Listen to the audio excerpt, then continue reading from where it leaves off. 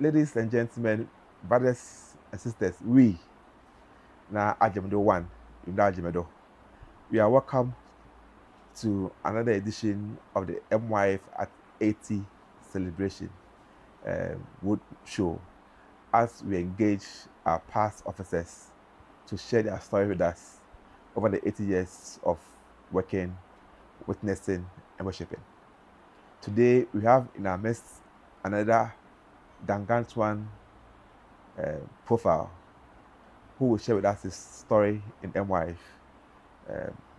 We'll let him mention his name and give us a brief introduction of himself. Papa, you're welcome to MYF at 80 celebrations. We are grateful for hosting us, asked to share your stories with us. Please introduce yourself to us. Right. I am John Ekwan Kweku-Pratt, a past conventional chairman, from 86 to 89. Right. Yes, and currently I'm a retired educationist from the conventional chairmanship of the MYF. I rose through the rank, became the lead chairman of 𝒂𝒊𝒐𝒏𝒏𝒆𝒙 diocese. Oh, wow. Between 2004 2007, and then to become the national vice chairman of the lay movement between 2008 2011. At the 2010 conference of the Methodist Church Ghana held in Cape Coast, I was elected as the next lay president of the Methodist Church when Antaraba was to leave the scene at 2011. But because 2010 was the conference year and the conference was biannual, so 2010 they had to elect me to wait for 1 year, and then I was inducted into office and took office 1st October 2011, and then ended on 30th September 2014. Wow. Wow. All right, Papa, I also want to know when you joined the MYF and where the branch you were in at the time and some of your contemporaries at the time. Yeah, I became a student of Advanced Teacher Training College in 1980, which was in Winneba. So I worshipped at the Ebenezer Methodist Church, Winneba. Oh, okay. And so I took time off to join the MYF in Winneba. So let's make it 1980. 1980. When I completed the studies at the Winneba ATTC at 1983, I was employed in ATTC as a teaching assistant and an administrator at the director's office. So I lived and stayed in Winneba. So I continued with my activities with the Methodist Church, Ebenezer, and then therefore the MYF. So in 1984, I became the district chairman of the MYF in the Winneba district then. Okay. And then in 1986, I was elected as the connectional chairman of the MYF. Because here too, between 1884, 83, 84, 86, then of course I was attending connectional executive meetings. Council meetings. Yes. Well, do you remember any of your contemporaries at the time? Yes.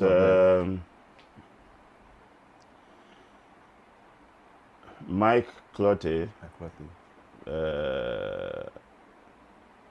Bentego, and there was one guy named Odam called Aidan. and I think the secondary brother, you just mentioned the name. Sam or Aqua. Okay, 𝒂𝒂💏 Okay. 𝒂𝒂💏 Joseph. Yeah, who is now in US. Yes. And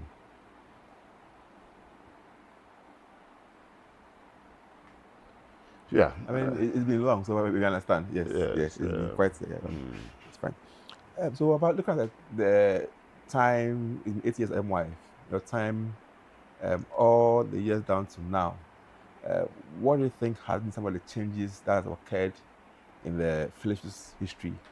It could be our uniforms, it could be we are doing our things, anything that's evolved over the 8 years. Yeah, I think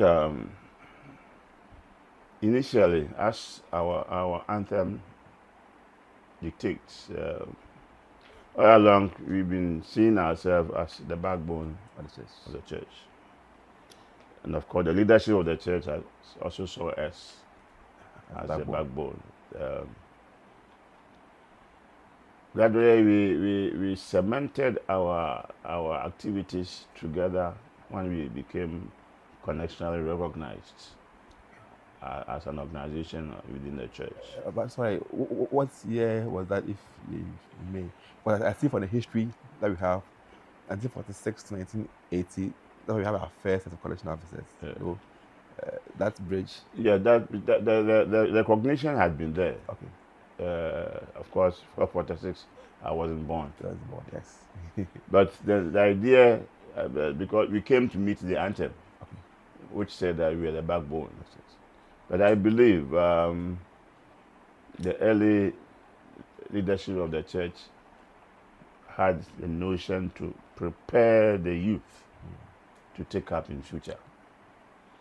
So that's where the backbone, which is we were a stronger organization to hold up the church.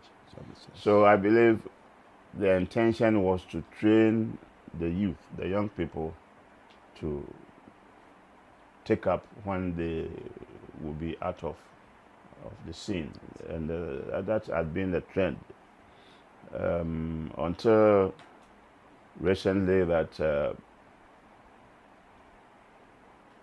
the idea of being the future leaders decided to change. That the youth are the current leaders too. So the church gave recognition to include the young people in its administration, and asked that even in committees at the various levels, the percentage of the youth must be recognized and then included, so that even along the line, whilst we're waiting for our turn, we can also contribute to the administration of the church and the growth of the church. And when the church also wanted to evangelize, they felt that, of course, we are the younger people, and we have fresh blood, and then the strength to do the evangelism. So we started one Reverend Minister, Miss Tete, is it Rachel Tete? Fair-colored minister. She engineered that we form a youth council to bring the other youth organizations together, and then we form an advisory board to the youth council, of which I became a member. So I believe things started to change when the church realized that when we are out of the scene and they are not there, we come to take over, there will be a gap. So they should rather involve us as we go along, and then learn and then take office. I remember my first conference was in Cape Coast. That's the church conference? Church conference, 1988. And I'll just be born. I I've been at a conference member till now. And it was that conference that they gave recognition to GAMSU to have representation at conference as observers. So I remember I stood up because I was then the national chairman and then said, we were here before GAMSU came. So I didn't understand why GAMSU was being given the opportunity to be represented at conference and not the youth fellowship or other youth organizations. So you were there from your district as a representative? Yeah, I was nominated from my district to be a conference member. Yes. But because I was there for the first time and I saw GAMSU being recognized as observers and not the youth fellowship, I questioned why youth fellowship is not being recognized, even not at observer status. So some of these things drew the attention of the church and then decided to bring us in at some levels so that we could also put in our efforts to support the church. Right. Papa, I'm also told that the uniforms that you have now wasn't as then. Even the badge, when it was introduced and all that. If you can share a few lights on it for us. Yes. When we formed the national or the national council, many things came into being. For instance, the badge, which we agreed on, and then we wanted to be identified as one body. So we decided on the uniform too, so that we could be recognized. And since we are young people, of course, the white and then the blue-black became prominent. Okay. And we had the shirt, top, and then the blue-black trousers. And then the women or the ladies had the top and then the skirt, blue-black too. I read somewhere that before the different districts were wearing different attires. Yes. Some were wearing kente, 𝒂𝒂𝒏. Kofodia district at the time, what were they wearing? No, I was in Winneba then. Okay. Yeah, I was in Winneba then. Yeah, we had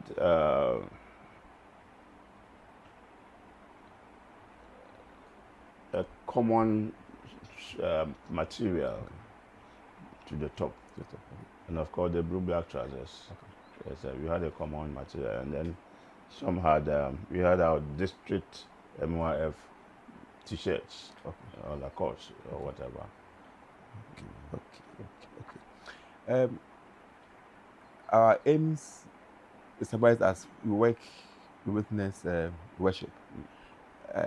How has the MYF influenced the Methodist Church Ghana in these angles and by extension in terms of human resource contribution to the church's work?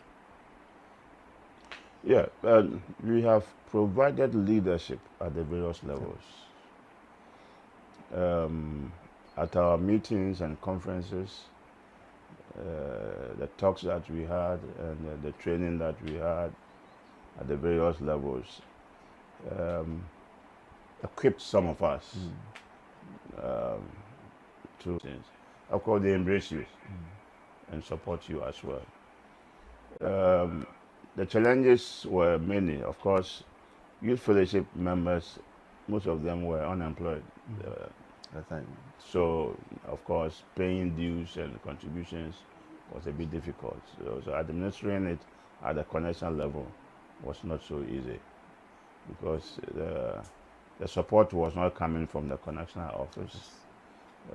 It was coming from the various districts, and which were themselves not too strong. But we managed to go through. It's a matter of, as I said, human relationship, and then the encouragement you give to people. Because definitely there's some sort of good things in every one human being. And if you recognize them as such, they also come out and give of their best. How many districts were there at the time that the national or national chairman? We had secondary Cape Coast, Accra, Kumasi, secondary Winneba, Koforidua, Sunyani, Northern Ghana, and then Northern Ghana. Northern Ghana. That's about 8. Yeah. Okay. Was it? I think when you meet one of the past officers, he mentioned that MYF had been to Northern Ghana for a conference before. I don't know whether it was a time or no. There's a conference in Tamale.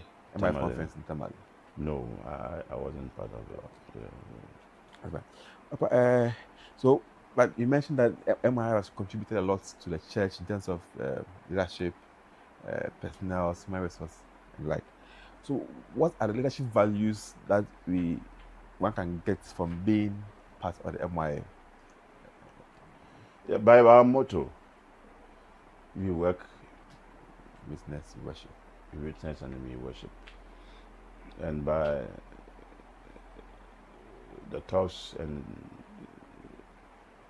teachings given at the various levels, in the straight and the conditional levels, you are brought up in a way to become a leader. Of course, I always say, not everyone can be a leader, but there are some different skills which could be taught from individuals to help you, the leader, to lead all of them. So I believe when the church realized the potential of the youth and decided to pay attention to the youth department of the church, giving recognition to the youth coordinator at that time and other things, and that giving reports at the conferences, and then I think it gave an impetus to the fellowship. And then so one of the things which helped the youth fellowship was when we decided also to have partnership with our colleagues outside Ghana. So I remember a time we had a partnership with Lancashire Youth Fellowship. I see. And we were even having programs where members of the Ghana Youth Fellowship visited Lancashire. Interesting. And then they also reciprocated and then visited. Is it different from the Go for Ghana? Yes. Yeah. Okay. And in fact, and they raised funds for us to have a youth center. The youth center.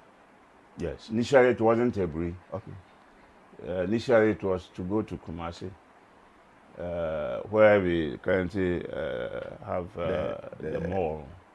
Oh, okay. Around the Swami runabout. Okay. And the Kumasi wanted the district at that time wanted us to bring it there, and then they could support us build the. But then, of course, the head of it decided. Then that time, Stevens was around, and they decided to have it at Ebri. I don't know whether Bishop Chumba, because he was then the coordinator, and he comes from Ebri. Of course, we had a land in Ebri already. It's also influenced the decision to have it at Ebri. But from my own perspective, the money that we had wasn't what they produced at the center. They could have put up a better youth center for the church, but at that time we didn't have a say. I mean, there are fairly number of MYF members who are risen to the ranks to become late chairman, or a very good self, the late president of the church. And so we both are, that through MYF, we learn public speaking, we learn confidence, we learn accountability, because you have to present your reports, financial reports, administration reports. There are some of the values that as MYF, once you pass to MYF properly, you get some of these skills and then you carry along. That's really true. some of us have become what we are because of MOF. Negotiation skills, like I said, the businesses are there. It's how you engage them. Yeah. For them to understand that you are part of team building, not just to oppose or fight with them. Yeah. And so you have to negotiate, present your points well. Then through that process, you are learning the power of negotiation. Yeah. Anywhere you find yourself, you're able to. Yes, initially, you see, they position the youth fellowship as an organization which is in to oppose I see. The ministers or the church in a way. But when they found out that it is not like that in some of us, they began to listen to us and then incorporated us in most of the things that we did. And then I would say that most of our ministers passed through the youth fellowship. They passed through the youth fellowship before they candidated to become ministers. And it's all because of the training that we had. Yeah. So, Papa, looking back at all these things, what gives you the greatest joy or pride of being part of the MYF in your journey? No, my greatest joy is that we proved, I wouldn't say the church, but proved some leadership of the church wrong by what they initially branded the youth fellowship to be. And that's why some of us have risen through the ranks to come to this level. It hasn't been easy, but as I said, every human institution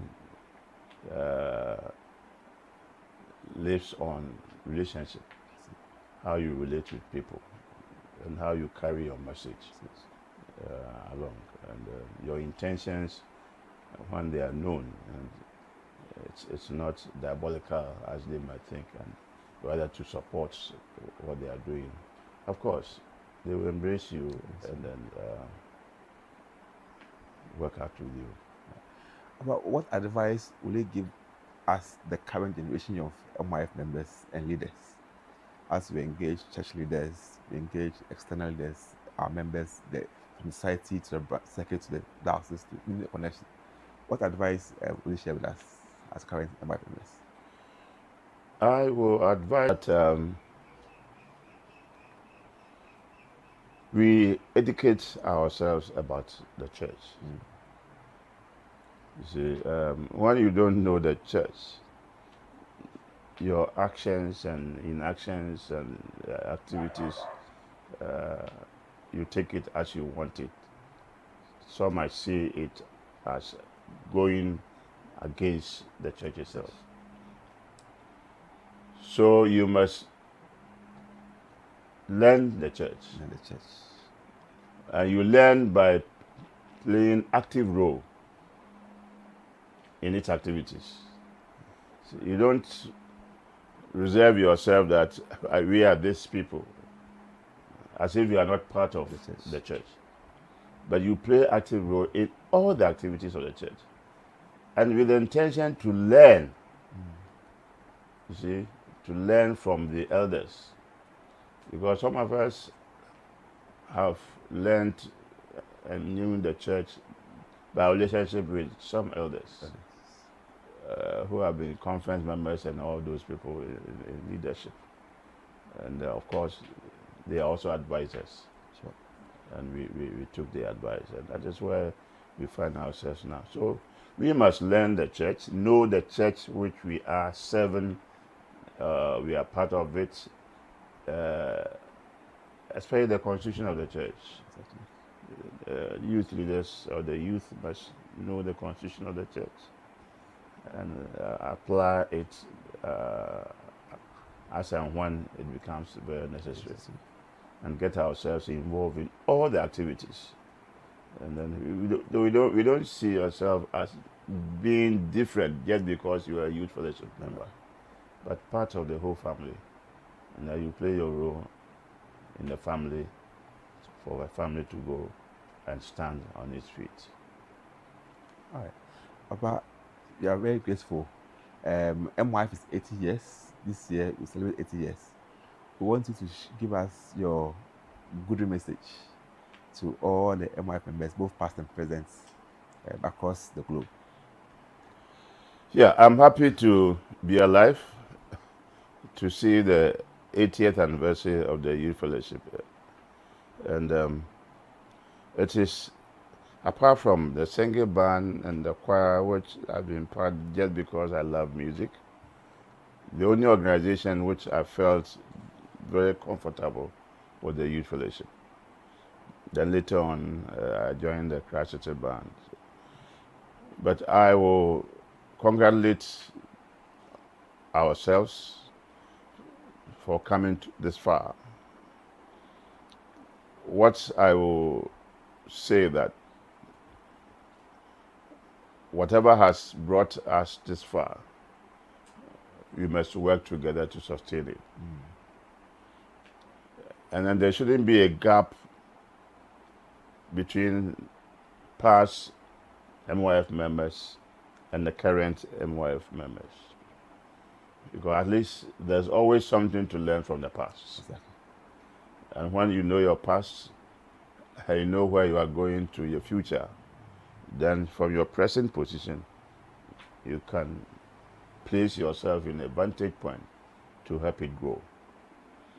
So it's an organization that has made me what I am, and we want people to sustain it and have its good intentions known by involving ourselves, engaging ourselves in the church's activities, wherever they find themselves, with the intention of learning and taking over when the leadership mantle falls on each one of them. All right. Thank you. Viewers, brothers and sisters, we have been talking to Brother John 𝒂𝒂𝒏, the 4th Congressional Chairman of the MYF, on this journey of MYF at 80 diaries. But we are grateful for your time and for hosting us and sharing your story with us. We pray that God give us more strength and keep us in His bosom. Thank you once again for sharing with us. Thank you for finding time to be with me. I'm always around 24 hours. I was telling some people yesterday that I haven't retired from church activities. Sure. In fact, last year I wasn't very well, and people felt, oh, you have done so much, maybe God wants to retire you to rest. I said, the rivers that we came to meet were created by God, and they have been running Since. through to this time.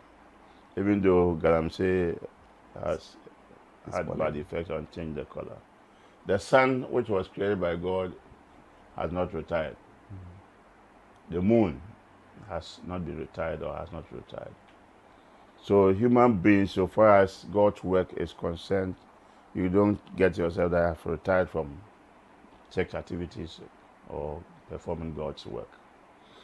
Of course, if nature, by health, is not possible, that's a different thing. But even that, your ideas, prayers and support could let the organization go on. So they should aim high, get themselves involved, and when the mantle falls on them, they will be able to deliver. So, Thank you very much.